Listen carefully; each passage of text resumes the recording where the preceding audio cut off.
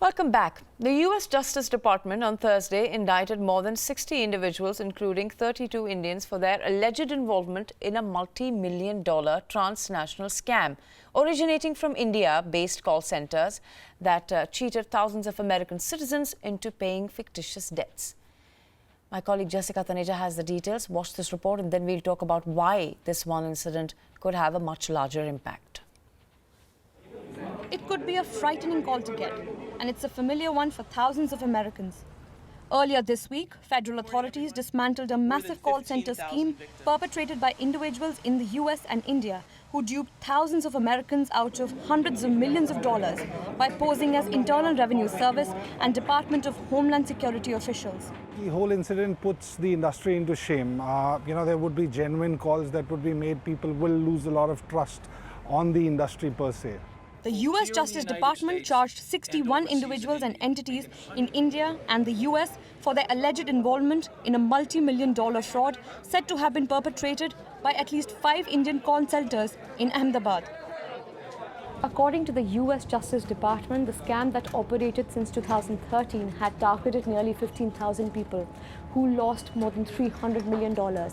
Further, the indictment stated that the operators of the call center threatened the potential victims with arrest, imprisonment, deportation if they did not pay taxes to the government. While such scams have become increasingly common in developing countries, some feel that the loopholes in this business have made room for operator frauds which can otherwise be easily countered with better security mechanisms in place. You can just open up a shop anywhere, provide 4 or 5 international calling SIMs. So a little difficult to provide, prevent such incidents. But I think the biggest question here is data security, and everybody has in place data security measures. It's an insider job typically, and I think somebody from the inside is involved in it. So till somebody from the inside is involved, the good question is, can we really stop it? I don't think so. An earlier call center scam, which had netted $150,000 a day, had come to be known as one of the biggest frauds in India's history. Given the circumstances, experts advise subscribers to avoid responding to phone calls from unverified numbers until such a time that waterproof systems are put in place. Jessica Taneja for WION in New Delhi. So essentially what we're discussing is how will this incident, and if it will, impact outsourcing? Will this impact the BPO industry in India? Will this impact the BPO industry in South Asia? Because this is essentially a time in the specific American elections where rhetoric against outsourcing perhaps has been at its highest. So let's look at some of these figures that we pull up for you. What essentially BPO industry, how big essentially BPO industry is in India. The global BPO industry is $1.2 trillion. India is the top choice for outsourcing. 56% global jobs come to India. BPO industry provides 3.7 million jobs in India, 1.1 million added in just the last 5 years. India makes $143 million a year. BPO industry is also in 50 locations in India. All right, let's begin the discussion. We have Pawan Dugal, cyber law expert, and we are also joined by Rajneesh Virmani, managing partner of Positive Momentum. I'm also going to be joined by WION's business correspondent Chaiti Nirula, and my colleague Archit Shashadri would be joining us from New York to give us perspective from there in just a bit. First, let's go to our correspondent Chaiti, and I spoke to her a little while earlier. I asked her, Chaiti, in the light of this development, what really happens to the Indian BPO industry?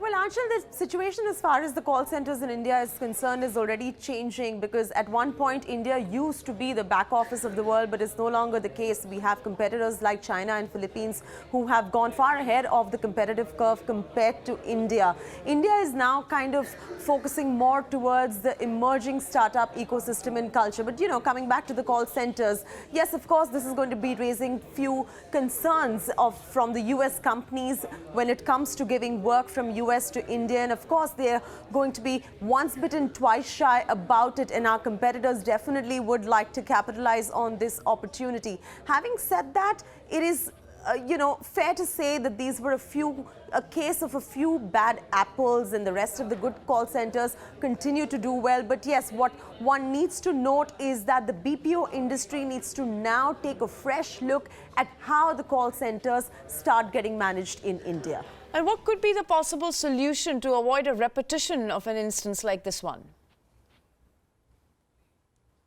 Solution is concerned, a few more regulatory checks would help this. So perhaps the NASSCOM, I can't think of anything else, that could probably keep a list of all the call centers operating in this country and maybe conduct surprise visits and check what they're really up to. Maybe a copy of all the call center employees could also be given to the local police station. And of course, some sort of fear within the employees needs to come in as far as the law and regulation to do with the BPO sector in India is concerned.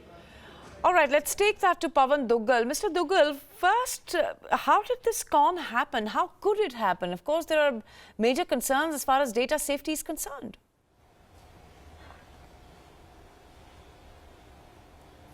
Well, this primarily happened for a variety of purposes. First and foremost, most of the call centers were only concerned with lip service compliance with the laws of the target jurisdiction. And even if they were able to actually show that they were compliant with the laws of the target jurisdiction, the fact remained that they did not care a dime about the laws prevailing for the time being enforced in India. For example, a majority of these call centers did not comply with the Information Technology Act 2000, with the rules and regulations made thereunder. Now, consequently, a lot of these call centers were actually handling information pertaining to financial records of people located outside India.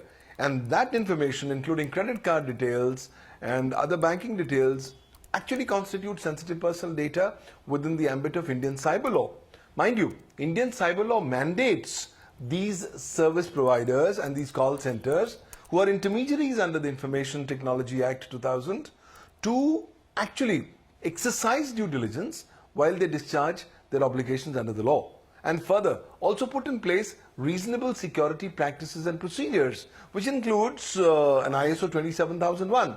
But a majority of the call centers completely disregarded these compliances and went ahead doing their stuff as if it was normal business. No wonder there was so much room for potential manipulation. So, sir, Mr. There was Duggal, no I'm sorry auditing, to interrupt you, sir, there was but no regulation, and consequently, this was ripe. Sorry to interrupt you, sir, but I wanted to ask you then, why were these systems not put in place? I mean, what sort of action should be taken? But first part of my question is, how could the call centers just not put these systems in place?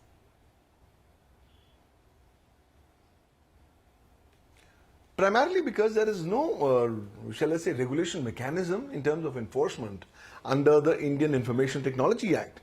You are all mandated to comply with that. If you don't, there are penalties, but the enforcement of the Information Technology Act 2000 leaves much to be desired. Plus, the Indian thought process, the Indian typical call center believes in the Indian Jugaad school of management.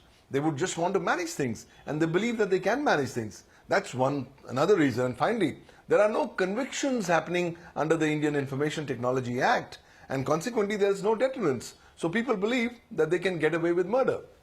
And that would have a lethal impact, at least that's what we're hearing. Let me go to my next guest, Mr. Virmani. Sir, it's one scam, perhaps just few bad apples, as Chaiti reported. But do you think it would have a larger impact, considering during this U.S. elections, the rhetoric against outsourcing has been particularly high? Absolutely, absolutely, Anchal.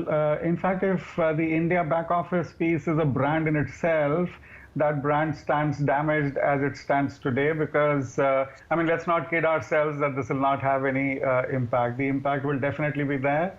It's up to us now as an industry to make sure that we come out of this by showing enough evidence in the system to say that there are concrete steps that are being taken to make sure that something like this does not repeat itself, or at least has a lesser probability of repeating itself as compared to today. I agree with Chaiti. This is, a few bad apples. The industry itself has the credibility with bulk of our clients, not only in the U.S. but across the world. But unfortunately, a few bad fish do spoil the pond, and that's the way it is happening. And that at a time we've been hearing a lot of this rhetoric from Donald Trump, even from his Hillary Clinton, though she's stayed clear of it and hasn't spoken against outsourcing, but even her messaging has been unclear. Let's pull up for our viewers Clinton, Trump and their flip-flop on outsourcing. Now, as far as Donald Trump is concerned, in 2005, the Trump blog said, "We hear terrible things about outsourcing jobs, how sending work outside of our companies is contributing to the demise of American businesses. But in this instance, I have to take the unpopular stance that it is not always a terrible thing. I understand that outsourcing means that employees lose jobs because work is often outsourced to other countries. It means Americans lose jobs. In other cases, non-union employees get the work. Losing jobs is never a good thing, but we have to look at the bigger picture." That was Donald Trump in 2005. But that year, he wasn't fighting elections. We'll come to what he said in 2015. Before that, look at what he said in 2011. Trump on Twitter said, "We must stop outsourcing our jobs overseas and end our multi-billion-dollar trade deficits." In 2016, I beg your pardon, not 15, in June, he said, "Our politicians took away from the people their means of making a living and supporting their families. Skilled craftsmen and tradespeople and factory workers have seen the jobs they love shipped thousands and thousands of miles away." So that's Donald Trump for you. Let's bring in what Hillary Clinton has been saying. And Hillary Clinton first spoke in 2005 in India. She said there is no way to legislate against reality. So I think that the outsourcing will continue. I just fault my own government for not doing more to open up new areas where America would have a competitive advantage, and to do more on the education front, to do more with new technologies that we could be developing for our own use as well as for export. But I don't think there's any way to, legislate against outsourcing. I think that's just a dead end, unquote. Now, what she said, at least what her campaign website says, her campaign website is hillaryclinton.com. It says Hillary Clinton's strategy to make it in America. She is seeking a pledge by businesses to keep jobs and investment in America. Businesses participating in Hillary's strategy must pledge not to shift jobs or profits gained from Make It in America, incentives to other countries by outsourcing production or inverting to move their residents abroad and avoid paying their fair share of U.S. taxes. Hillary's plan embraces economic patriotism and will support companies that invest in their workers and good-paying jobs here in the U.S. But it won't support companies that work out in America. When America's incredible innovators come up with an invention or design, that's what she says. That's essentially on her campaign website, hillaryclinton.com. Let's make sense of this. Mr. Virmani, we put that long, detailed graphic together just so we could explain to our viewers, A, the flip-flop that's been going on as far as Donald Trump is concerned, but also when it comes to Hillary Clinton, she's saying that she's going to be giving the incentive to those who keep the jobs in America and not to those who take the jobs away. That is not good news for South Asia. Yeah, eventually, though I'm convinced that the economic rules will prevail, what all said and done, what is happening is that for every job that is offshore to India or South Asia, it's not as if the home country does not gain. If the home country was not gaining, this thing would not be happening at all. So it's just a question of, from one individual's perspective, he or she may be quote unquote losing his job or her job, but that also is really a transition into another job, because that is the whole point, that the individual there is being reskilled into something different, and therefore the kind of role that the person is doing there is changed. It's not as if he's losing his job and sitting back home. And therefore, it's a win-win situation. It's a win for India and it's a win for the home market, whether US or wherever else. And hence, at least in my considered opinion, and looking at the political cum socio-economic standards of the past, I do feel that the economics will prevail. You're saying the economics will prevail, and everywhere when the American investor is going out to invest, whether it's outsourcing in terms of the BPO industry, or even when they're building stuff, manufacturing stuff, whether that's India or even China, then the large portion of the profit is actually going to the American firms. But the fact that outsourcing is there continues to be used for political purposes by whichever candidate you see. Let me bring in Mr. Duggal now. Mr. Duggal, there are these domestic pressures in the United States of America that are at play. But when you have incidents like these, this con job, then, of course, you're providing such rhetoric more ammunition, more space, more acceptability.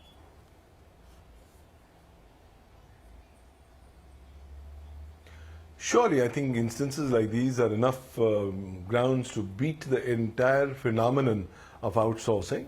So no wonder this, though, is an example of bad sheep activities. Fact remains is likely to have a long-term impact upon the entire outsourcing community as a whole. But clearly, I think the learnings have to be from India. Now, India must put in place adequate mechanisms so that we can have good oversight as to what kind of mechanisms, processes and procedures the call centers are putting in place, so that they are not only not compliant, they are complying with the laws of the target jurisdiction, but they are also compliant with the Indian laws. So enforcement of law, having an oversight mechanism and effective regulation and also deterrent mechanisms are critical elements as we go forward. Right, let me go to my colleague Archit Shishadri. He's joining us from New York. Archit, thanks very much for taking out the time to speak to us. You've gone through that report of that con job as far as that call centre is concerned. $300 million been fraudulently stolen. What do you think is going to be the impact as far as outsourcing is concerned? Because in America, there has been a lot that we've heard during this election, as several others, but perhaps more this time around, against outsourcing. Archit. Anshul, thank you for that question. I think it's a huge part of this whole election process with what exactly is going to happen with either Clinton or Trump when it comes to outsourcing. I think the candidates will have to weigh in very carefully on what they want to do when it comes to jobs. But I think this is specifically an incident that both United States officials have worked and identified these alleged culprits, robbing about 15,000 victims, about $300 million. I don't think it's going to specifically affect jobs. I think there'll just be tighter policies that will have to be put in place by whoever gets elected to the White House when it comes to those type of jobs. Certainly any kind of sensitive information, sensitive data could be something that the presidents decide to keep within the country and not something that's outsourced. Now, with call center type jobs, a lot of companies, IT companies, typically rely on countries like India, the Philippines to outsource, simply for the fact that it's cheaper for them to do so. So this specific one, it's something that the Better Business Bureau here in the United States constantly reviews for those who are victims. They're always asked and warned. If you get a call like this for someone pretending to be from the IRS, the tax agency, or Homeland Security saying you may be deported, to never give any kind of personal information over the telephone. So they rely on people to be vulnerable. But I don't necessarily think that this is going to affect or impact jobs being outsourced. I think what will happen is there'll be more of a stricter process going forward. And Archit, do you think it would reduce trust as far as the Indians working in the trust that it should exist ideally between the employees in the BPO industry here, people taking and making these calls, and their American customers? Do you think it would erode some of that trust? Absolutely. I think you hit the hammer on the head right there with the trust issue going on with this. Unfortunately, because of a few bad apples, the whole industry could be, cast a negative shadow when it comes to those working in those call centers. That being said, I think each case is different. This has been obviously an investigation done for the last 3 years. The U.S. Attorney General's office also said they're not afraid to bring some of these perpetrators to the United States, extradite them, put them behind bars here. So I think that sends a clear and loud message to anyone partaking or possibly looking to get engaged in this to make a quick buck that the United States is not going to take this issue lightly. That being said, with so many different industries, especially the IT sector, outsourcing to India, that certainly does not limit or expand those opportunities. What it does say is the United States is taking a strong stance when it comes to security, and going forward, companies need to be extra mindful when it comes to their employees and engaging in any kind of activities, because the U.S. has now said they will extradite and take on tough measures for anyone trying to bend the law. And Archit, just to get a sense of how massively has this story been played in the American press? Is this being talked about there? Because in India, it's being spoken of at quite some length.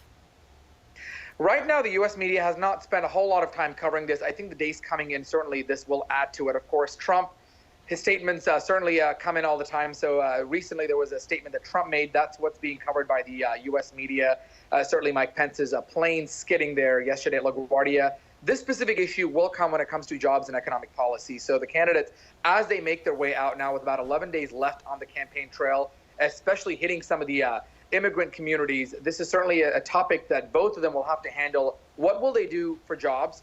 What will they do when it comes to outsourcing? And for people in South Asia, what does this mean for them? So these are certain topics that we're expected to hear from both Clinton and Trump in the coming days, but not a whole lot of extensive coverage here. This is just one part of the economy. For certainly Americans, they want to know what the candidates are doing to keep jobs here. Certainly this is something that big businesses here are capitalizing on to get jobs done cheaper across the border in places Archit, like very India. briefly, if I can ask you, do you think this incident that's taken place could be used politically by the Republican candidate?